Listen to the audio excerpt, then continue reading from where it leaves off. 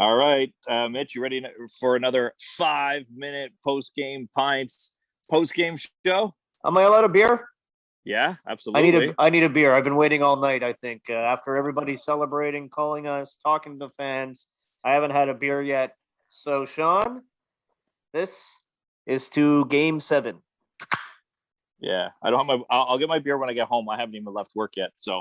But I wanted to get this out. The clock has already started, Mitch. Game 7, the Canadiens won, and I think they did it on the heels of Dominic Ducharme's coaching.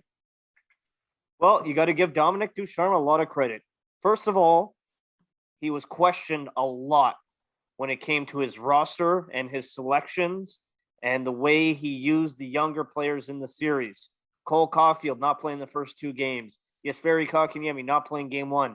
Alex Romanov never playing a game. Yeah. John, all that doesn't matter because he was right. They won the series. So he pushed the right buttons. He brought in the players at the right time. And it turns out that Eric Gustafsson actually played pretty well in the playoff games that he was in. So kudos to Ducharme. And then you top it off, icing on the cake, the fact that in Game 7, the season on the line, they executed his game plan and his system flawlessly.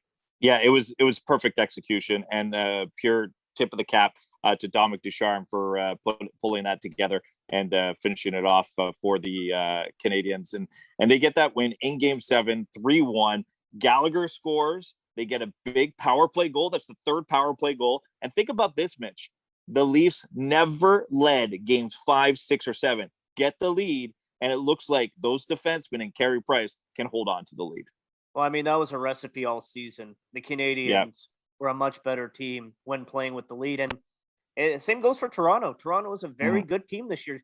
It's one of the things they worked on, not blowing leads. This was going to be key. Toronto was a different team. They don't blow leads anymore. Well, they didn't have the lead. They're good in the third period. That's what we heard. Well, like you said, they didn't have the lead, and they were chasing the game. And it's hard to play in a game where you're chasing, especially with your season on the line. We knew tonight in Game 7, the first goal was going to be key. We see 74% of the time approximately that when you get the first goal in Game 7, you go on to win. They got the first goal. They got the second goal. They never looked back, and they made Toronto fight for every inch of the ice.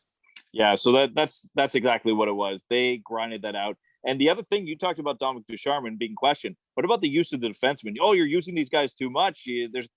When after Game 6, when you used them that much, he said there was no tomorrow, and it was an overtime game. He said, if we lose, I'm done. I'm going to go out with my top players being out on the ice, and I'll grind them to the ground. I don't know how much that's going to affect them moving forward, but at the same time, he used Gustafsson and Kulak a lot more he did in Game 7 than he did in 6. We'll see how that plays out for the series against the Winnipeg Jets. But just the series as a whole, before we get into a quick look at the Habs and the Jets, Mitch, just a quick reference. Man, the offseason for the Leafs is going to be bonkers, crazy, and Montreal Canadiens fans are not going to let them forget it. Yeah, well, you know what? I think it's going to be more crazy with the trepidation among the different people in that fan base. I don't think it's going to be as crazy as people think as far as the Leafs blowing things up. I think Kyle Dubas has the support of Shanahan, and I think Kyle Dubas believes in the players and the roster he's assembled. And you don't want to overreact to playoff failures. You got to make some adjustments, certainly, and you got some UFAs that won't be back, like Thornton, maybe Spezza, maybe Simmons. Who knows about Anderson?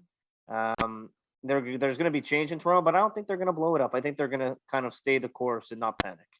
By the way, that beer looks really good, Mitch. Nice, man. Really... This is the Blanche de l'Ouest. I know you like this one. I do like that one. All right. I want to get to two things. One, I want to throw our predictions out there because I know that we want to put that out there before the series starts between the Habs and the Jets. But just very quickly, give me 20 seconds on Carey Price. Carey Price was the best player in the series. He wasn't the best goalie in the series. He was the best player in the series. If there was a series MVP, it would be Carey Price. If you switch the goalies in the matchup and Campbell's in goal for the Habs and Price is in goal for the Leafs, I think the series goes the other way. He was that big a difference maker. Yeah, I'm with you. And what I'll say is he might have been the first round series overall, like MVP. I know Kucherov picked up all those points, but and of all the series. All right, what do you got? Habs or Jets, and how many? You got to make your pick now. We won't have more time on post game pints. We got to keep on working. Make your choice. All right, Sean. I'll go with what a great goalie matchup we have here. So it's going to be tight right till the end. A lot of low scoring games. I'm going to go Habs in 7. All right, I'll go Habs at 6 to change from you, but I already had them in the Final Four anyway, so I can't deter from that. And you hate it when people take 7, and I'm not pandering to the crowd. I'm taking 6 because you took 7, but I had Habs too. And this time I might be pandering a bit.